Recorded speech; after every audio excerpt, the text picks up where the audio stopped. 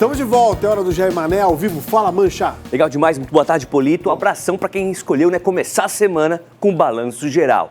Hoje o Jair Mané de segunda-feira é sempre aquele giro, no mundo do futebol, giro esportivo, estreia do Messi e muito mais. Vamos começar? Então vamos de Série A. A Chapecoense segue sem vencer na competição. O time enfrentou o Sport no fim de semana e ficou no empate sem gols, 0-0. Com isso, a Chapecoense somou mais um pontinho, mas permanece ainda na lanterna. A situação da Chape na Série A é cada vez mais complicada. A equipe se encaminha para o rebaixamento. Falei, somou apenas mais um pontinho, tem 7 pontos em 18 partidas. O Verdão do Oeste ainda é o lanterna, está na última posição da tabela. A gente viu aí algumas imagens de Sport e Chapecoense, nada de redes balançando lá em Recife. Pela Série B, o Avaí entrou em campo no meio da semana passada. E apenas o Brusque, representando o estado, jogou no Find. Detalhe é o seguinte, Brusque e Londrina no estádio Augusto Bauer maltrataram a bola, Polito. Jogo de baixa qualidade técnica, muitas faltas marcadas, a partida parava a todo tempo e pouquíssimas chances reais de perigo. O jogo foi marcado por 2 situações fora das 4 linhas. Primeiro, tinham muitos convidados do Brusque nas arquibancadas. Lembrando que a torcida está proibida de acompanhar as partidas, mas tinha tanta gente que parecia até uma parte da torcida. E segundo, um diretor do Brusque que estava nas arquibancadas teria insultado o meia Celcinho do Londrina com palavras de cunho racista. Segundo o relato do próprio jogador, o fato acabou ganhando repercussão nacional na noite de sábado. O jogo foi no início da noite, na noite de sábado, e ontem muitos sites trataram desse assunto. Então, para trazer mais detalhes e uma visão de quem acompanhou de perto tudo o que aconteceu no Augusto Bauer, eu convoco o jornalista e radialista Rodrigo Santos, que direto de Brusque traz mais detalhes sobre o fato. Boa tarde, Rodrigo. Chega mais. Oi, Mancha, tudo bem? Boa tarde. Aqui em Brusque hoje o clima está pesado. Diante da nota divulgada pelo Brusque ontem, acusando o jogador Celcinho de ter feito supostamente uma denúncia falsa de racismo contra membros da diretoria do Brusque. A verdade é que durante o jogo, no último sábado, durante a partida, vários diretores do Brusque estavam aí exaltados, xingando muito a arbitragem, até provocando jogadores do Londrina que estavam no banco de reservas. Isso já aconteceu, inclusive, no intervalo da partida. E quando terminou o jogo, o Celcinho disse que alguém da arquibancada chamou ele de macaco. E a súmula do jogo diz que o Celcinho foi um diretor do Brusque, na verdade o presidente do conselho, teria dito, enfim, que o cabelo do Celcinho seria uma cachopa de abelha. A gente esperava que o Brusque fosse pedir desculpas, dizer que iria fazer, enfim, uma investigação, iria tomar atitudes, mas aconteceu o contrário. Ontem à noite, uma nota divulgada que revoltou muita gente, onde o clube culpou o jogador pela provocação e disse que ele era reincidente. Ele foi vítima de outros 2 casos parecidos nessa temporada. Ao invés de repreender o racismo, de prometer atitudes, de prometer repreender quem fez a coisa errada, foi para o lado completamente contrário, praticamente assinando um atestado de culpa e culpando o jogador pelo fato de ser, entre aspas, reincidente. Realmente um dia muito triste, porque a gente não esperava que o Brusque fosse tomar uma reação desse jeito. Um abraço.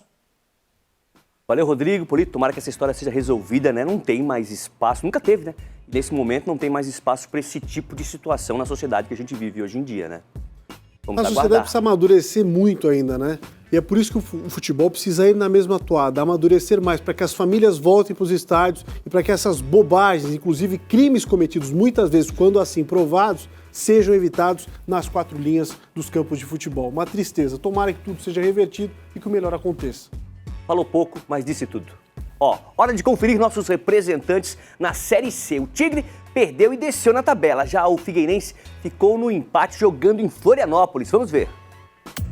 No Scarpelli, o Figueira largou na frente. Garré cruzou e Bruno Paraíba fez o dele. Mas o time canarinho empatou com o Quirino, tudo igual, 1-1. O empate deixa o Figueirense na 6ª posição com 20 pontos. O Ituano, primeiro time dentro do G4, já tem 25 pontos conquistados.